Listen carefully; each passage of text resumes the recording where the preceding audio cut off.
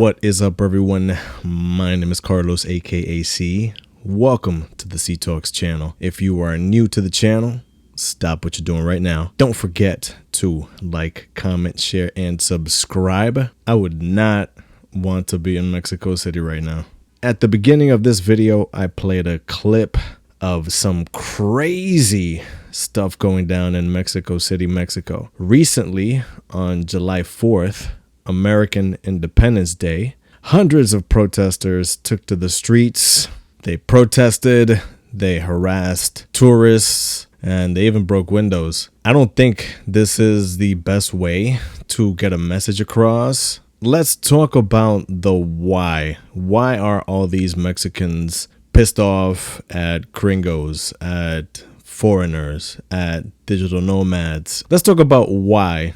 The reason why they protested is because tensions are rising because of an influx of American foreigners, tourists, digital nomads, retirees. A lot of people are realizing that America is too expensive to live in. And what's one place that they're deciding to go to? Mexico City.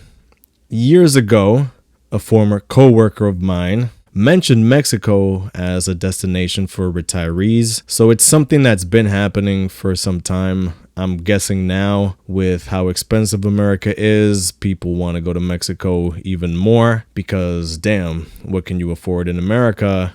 Peanuts at this point. You can't buy anything. Everything is way too expensive. So these foreigners have more purchasing power than the locals. These foreigners are causing rents to rise and pushing locals out of their neighborhoods and forcing them to move into poorer areas. That sucks. Nobody likes to get displaced. And it really sucks. So I'm trying to take both perspectives here.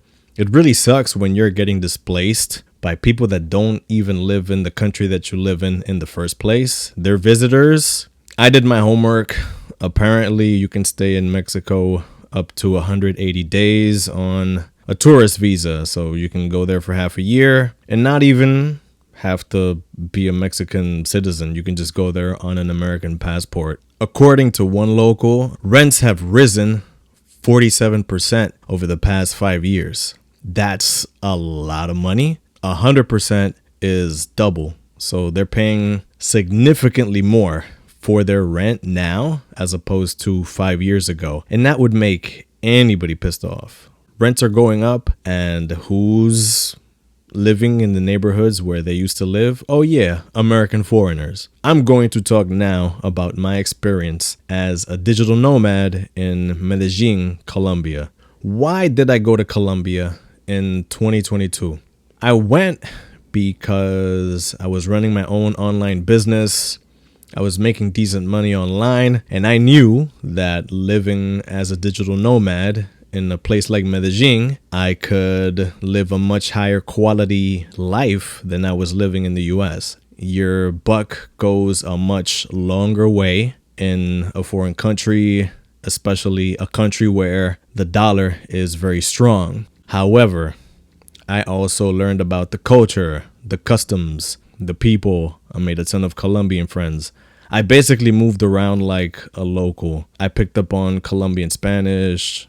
I learned how to dance salsa on one, porro, champeta, a bunch of other local Colombian dances. I think it's something that you have to do when you go to a foreign country so you can assimilate and so things go better for you as a foreigner. But the sad thing is, a lot of foreigners don't bother with doing these things. They don't assimilate into the culture. You can't just go to a country where you don't live, do whatever you want, and try to bring your own customs without causing a ton of friction, which is what I think is happening in Mexico City and Medellin, Colombia as well. The exact same thing that's happening in Mexico City is happening in Medellin, Colombia. When I was there, I saw Gringos go home flyers. I saw an anti-American and gringo sentiment start to rise while I was there. Airbnb has a lot to do with the problem of housing in these countries. Here's the problem. If locals know that foreigners are willing to pay more to stay in a certain place, they're going to turn their apartments into Airbnbs, only rent to tourists with more money. And then what happens? The locals or local people can't afford to live where they used to live because all of the buildings where they live turn into Airbnb buildings. This is a phenomena I observed in Medellin, Colombia. In certain neighborhoods in Medellin, all of the buildings are Airbnb units. Literally, the only people that you see coming in and out of certain buildings in the more well-off areas like Provenza are gringos, Americans, Europeans, etc., etc. That's what happens. And then this dynamic is created where locals get angry at the fact that people who don't really live there are staying there. They have more money to spend, and that can make anybody mad. My final thought. First of all, I don't think that this protest should have turned violent, and there was no need to break a ton of properties in Mexico City. I think this could have been a peaceful protest, but there's always a group of people, in any group of people, that want to break stuff and want to be anarchists. I think this might dissuade people from going to Mexico City, especially gringos, American tourists, and American digital nomads. So they might end up losing money long term.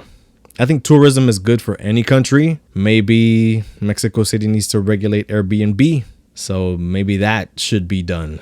I can see how locals are mad because the way they see it, all they see is gringos coming to their country and taking advantage of all the country has to offer, but they don't learn the culture, they don't learn the language, they don't assimilate. You're really a bad guest in somebody else's home at that point if you do that. So people who travel, beware. If you're going to be somewhere for X amount of time, if you're going to go somewhere and live in a foreign country, learn the language, assimilate, learn the culture, find out what the customs are, what the traditions are, and be open, have an open mind.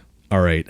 My name is Carlos, aka C. Appreciate you watching my video. If you liked this video, you'll also like this other video up on the screen. I'll be back with another video next week.